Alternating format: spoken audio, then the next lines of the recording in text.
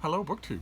I saw a video earlier today by Amy 8675309 or Ivan's Nightmare or Calgon Take Me Away or buy US bonds, whatever his channel name is. I stress once again that my services for naming books, short stories, poems, or BookTube channels is available 24 hours a day, free of charge.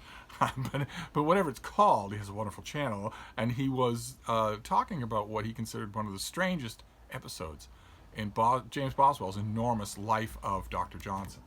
And the reason it was on his mind is because, believe it or not, we are doing a read-along of Boswell's Life of Johnson in July.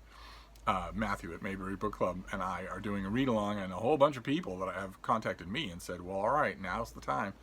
It's now or never. This thing is 1,100 pages long, but it's regarded as a great biography and a great reading experience, so we're going to give it a try. And AMI 857309, Infinite Diversity and Infinite Combination,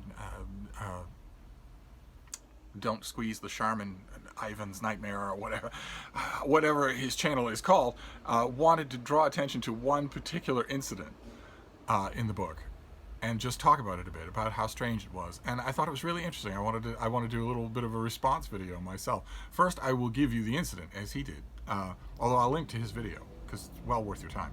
And this is Boswell and Johnson have learned through a friend of theirs, Robert Chambers, that Robert Chambers has helped another friend of theirs to construct his will. And this the Chambers talks about the will a little, and as the conversation goes on, it seems to strike a note of hilarity in Dr. Johnson. He starts to guffaw and joke and laugh as Boswell says, to the mystification of Chambers and himself. So I want to read a bit of that. I have known him, this is Boswell writing about Johnson, I have known him at times exceedingly diverted at what seemed to others a very small sport. He now laughed immoderately, without any reason that we could perceive, at our friend's making his will, called him a testator, and added, I dare say he thinks he has done a mighty thing. He won't stay till he gets home at his seat in the country to produce this wonderful deed. He'll call up the landlord of the first inn on the road, and after a suitable preface on mortality and uncertainty of life, will tell him that he should not delay in making his will. And here, sir, he will say, is my will, which I have just made with the assistance of one of the ablest lawyers in the kingdom. And he will read it to him, laughing all the time. He believes he has made this will, but he did not make it. You, Chambers, made it for him. I trust you have had more conscience than to make him say, quote, being of sound understanding. Ha ha ha. I hope he has left me a legacy. I'd have his will turned into a verse, like a ballad. In other words, among the many other things going on in that relation that Boswell is making, Johnson is joking that, the standard attestment in a will that you're of sound mind. I'm hoping. What does he say? I trust you've had more conscience than to make him say being of sound understanding, because the joke being that Johnson assumes that he's not of sound understanding. In other words, there's a joke going on at the expense of a person who's not in the anecdote. Mr. Chambers did not by any means relish this jocularity upon a matter of which pars magna fuit, of which he had played no small part, and seemed impatient till he got rid of us. Johnson could not stop his merriment, but continued in it all the way till we got without the Temple gate. He then burst into such a fit of laughter that he appeared almost in convulsion, and in order to support himself laid hold of one of the posts at the side of the foot pavement, and sent forth peals so loud that in the silence of the night his voice seemed to resound from Temple Bar to Fleet Ditch. And then Boswell concludes. He concludes this little anecdote. This most ludicrous exhibition of the awful, melancholy, and venerable Johnson happened well to counteract the feelings of sadness which I used to experience when parting with him for a considerable time. I accompanied him to his door, where he gave me his blessing. In other words, Boswell is saying that because of this burst of unseemly laughter late at night, Boswell didn't feel the usual pang of sadness that he usually felt when leaving Dr. Johnson. In other words, he wanted to be rid of Johnson too. And the Ami 8576309, God does not play dice, I'll meet you at 5, Ivan's Nightmare, whatever his channel is absolutely right to zero in on this as an arresting incident.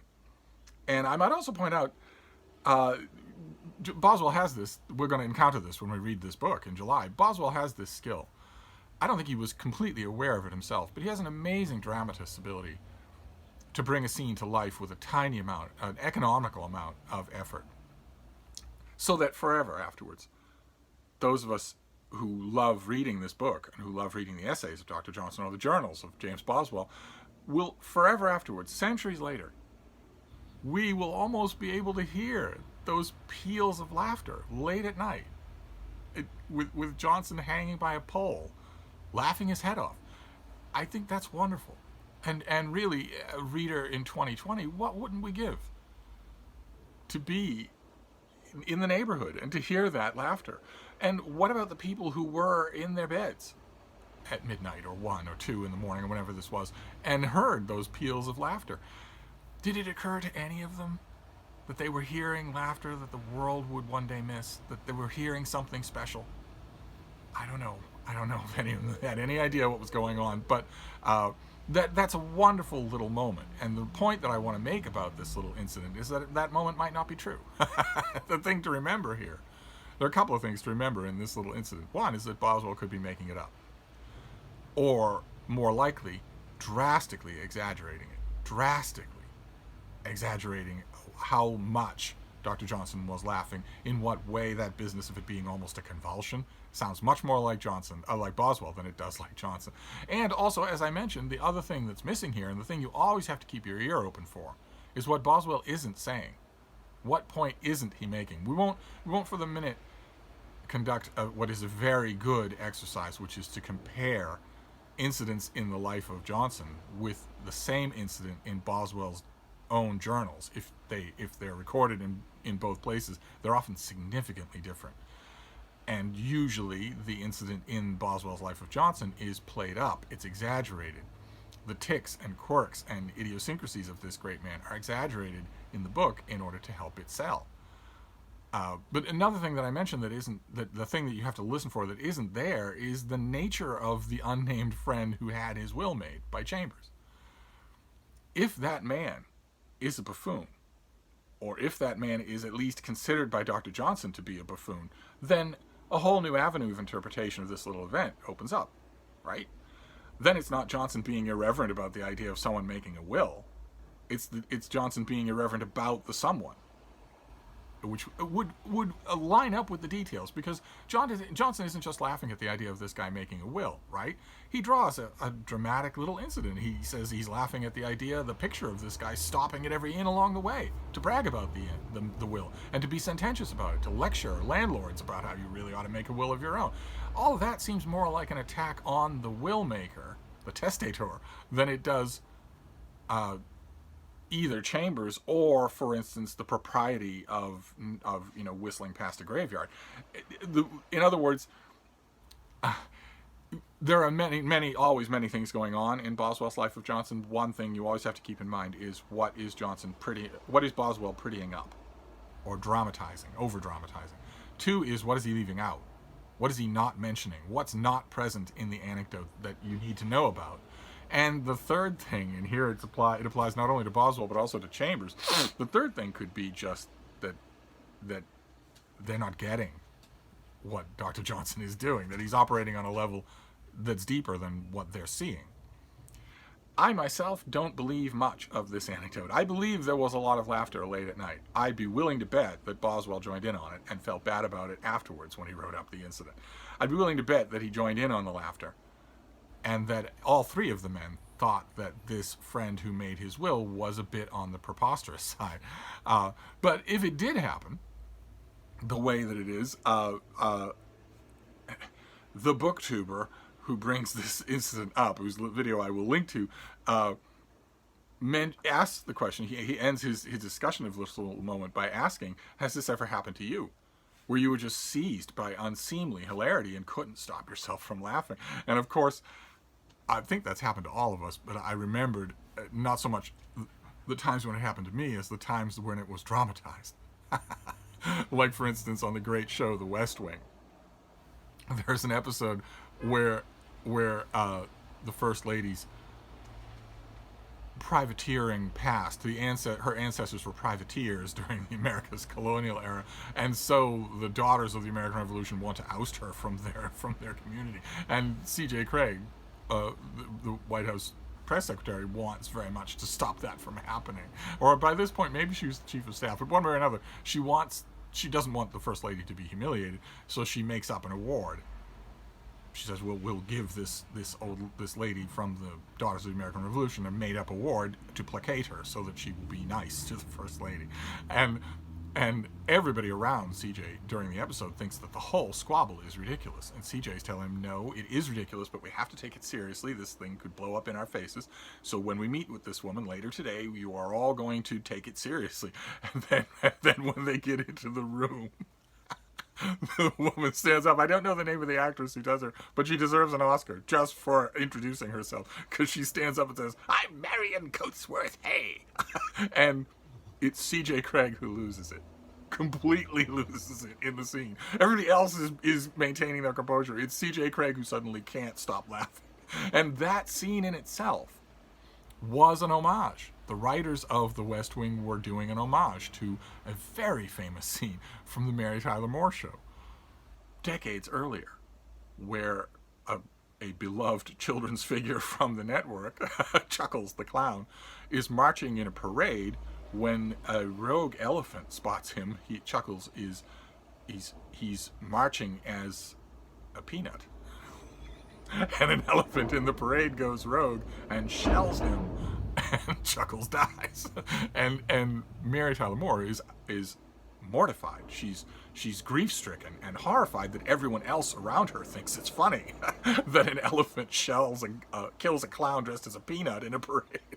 She thinks that isn't funny. A man has died here. And they are chastised. Everyone around her is chastised. They keep cracking jokes, but they feel bad about it. And then they get their emotions under control. And finally, it's time for the funeral. for the funeral.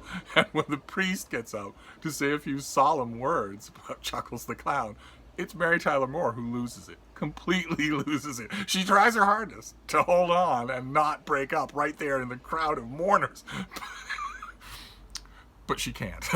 She eventually loses it. And that scene, if I can find it, I'll link it down below, but that scene has been rightly called just a virtuoso bit of an almost Lucille Ball level quality physical comedy on Mary Tyler Moore's part. And I agree. And it was, when I thought about that, have you ever been just seized with laughter without meaning to, or seemingly out of proportion to what the provocation is? I immediately thought of those two scenes. I'll try to link both of them down below. But I wanted to give this little discussion, not only to point out some of the things that might be going on in this scene. Do we believe Boswell? And if we believe him, do we believe him completely, or are we willing to maybe rewrite the scene a little so that it makes more sense? I not only wanted to do that, but I also want to do it as a kind of an invitation to you that this is a lot of fun. Watching the video by Ami 888 Alpha 8, whatever it is, watching his video gives you a really good sense of how much fun this is, how much fun this book is, which isn't maybe the thing you would think if you didn't know anything about it and you just looked at it. It might not strike you as fun, but oh boy, is it ever. Oh boy, is it ever. I wanted to do that, but I also wanted to make the video to underscore the invitation. That choking sound you hear is my little schnauzer who's going nuts. I don't know why she's going nuts. Why are you going nuts? Why?